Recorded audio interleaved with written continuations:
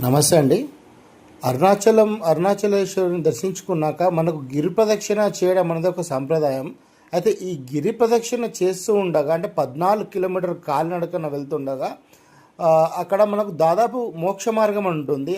గిరి ప్రదక్షిణ ముగించే ముందు ఏదైతే మోక్ష మార్గం ఉంటుందో ఆ మోక్ష మార్గంలో దాదాపు 1000 నుంచి 1500 మంది దాకా లైన్లో నుంచి ఉంటారు. కానీ ఆ లైన్లో మీకు ఒక కానిస్టేబుల్ కానీ ఒక ఎండోన్మెంట్కి సంబంధించిన వాళ్ళు కానీ మనకు లైన్లో పంపించడానికి ఎవరు ఉండరు. అక్కడ మన వాళ్ళే కొట్లాడుతూ ఉంటారు, చిన్న పిల్లలు ఎత్తుకొని, ప్రెగ్నెంట్లు, చిన్నపిల్లలు వాళ్ళు అట్లా.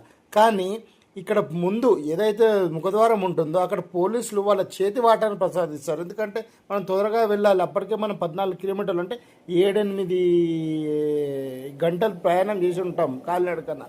అయితే పోలీసులు వీళ్ళేం చేస్తారంటే ఫోన్పే ద్వారా డబ్బులు వేయించుకొని ఎదురు నుంచి పంపించేస్తారు. అంటే మన వాళ్ళకే మోసం చేస్తున్నట్టు. అంటే వెనుకలున్న వాడు అక్కడే ఉంటాడు, ఒక 2 గంటల నుంచి 3-4 గంటల నుంచి అక్కడనే ఉంటాడు. కానీ వీడు మాత్రం డైరెక్ట్గా వచ్చి ఫోన్పే చేయడము. ఫోన్పే చేస్తే ఎదురుగా ఈ కానిస్టేబుల్ ఒక ఎస్కార్ట్ ఏంటి మన ఒక ప్రోటోకాల్ ఎస్కార్ట్ లాగా ముందుకు వచ్చి వీళ్ళకు వాళ్ళని ఆపి వీళ్ళని ఇక్కడ మధ్యలో నుంచి పంపిస్తాడు. మధ్యలో నుంచి కూడా డైరెక్ట్ ముఖద్వారం నుంచి ఎదురుగా. అంటే ఇంతగానం మన తెలుగు వాళ్ళని అక్కడ క్యాచ్ చేసుకుంటున్నారు. కానీ మనం ఏంటంటే భక్తితో వెళ్తాము, మళ్ళీ రేపు పొద్దున టైంకి అందుకోవాలి, ట్రైన్కి అందుకోవాలి, బస్కి అందుకోవాలనే ఉద్దేశంతో మనం ఉంటే వాళ్ళ చేతి వాటం వాళ్ళది, మన చేతి వాటం మనది అన్నట్టు వెళ్ళిపోతూ ఉంటాం. ఇక్కడ 100కి 90% మంది ఆంధ్రప్రదేశ్ తెలంగాణ వాళ్ళే ఉంటారండి భక్తులు. మనకి వేరే వాళ్ళు ఉన్నా కానీ వాళ్ళకు దొడ్డిదారిన అయిపోతాయి దర్శనాలు. కానీ మనకు మాత్రము శుక్రవారం, శనివారం, ఆదివారం లైన్లో నించుంటే ఒక్కరు కూడా అక్కడ లైన్ని సరి చేసే వాళ్ళు ఒకరు ఉండరు. గిరి ప్రదక్షిణలో కూడా నాకు తెలిసి ఒక ఎస్కార్ట్ కనబడింది అంతే.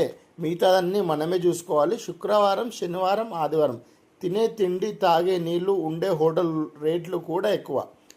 అంటే చూసారుగా ఇప్పుడు ఇంకా ఎంతమంది వెయిట్ చేస్తున్నారు.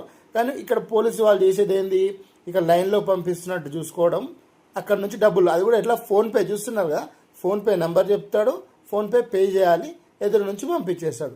మన వాళ్ళే చెడు అన్నట్టు వాళ్ళకు లేని అలవాటును మనమే నేర్పించి వాళ్ళని అలా తయారు చేయించుకొని లాస్ట్కి వాళ్ళతో మనం తన్నించుకునే విధంగా ఉంటుంది ఇక్కడ పరిస్థితి.